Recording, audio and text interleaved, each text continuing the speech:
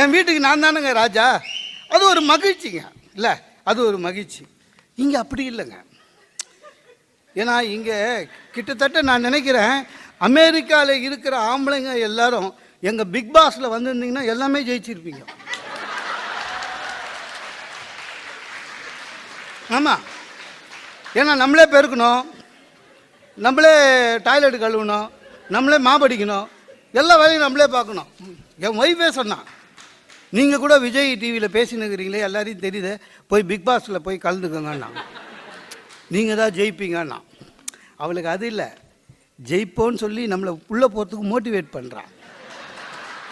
அவளுக்கு என்னென்னா, அது உள்ளே போனால் 100 நாளா, நான் வீட்டில் ஒரு வேலை செய்யறது இல்லைங்க.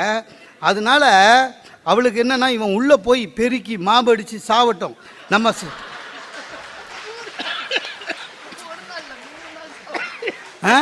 நம்ம சௌகரியமாக சோஃபாவில் உட்காந்து அதை வேடிக்கை பார்க்கலான்னு நினச்சா. ஆனால் ஒன்று 3 நாள் தான் அதை பார்த்த உடனே பதறிட்டா. என்னென்ன நல்ல காலங்க நீங்கள் போகல அப்படின்னா. ஏன்னு, அங்கே என்னங்க ஆம்பளை பொம்பளை அப்பப்போ கட்டி பிடிச்சிக்கிறாங்கண்ணா.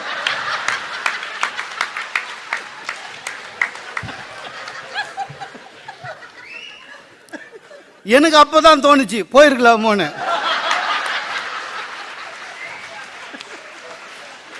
இல்லை தப்பாக நினைக்காதீங்க, நம்ம யாரையும் பண்ண போகிறதில்ல.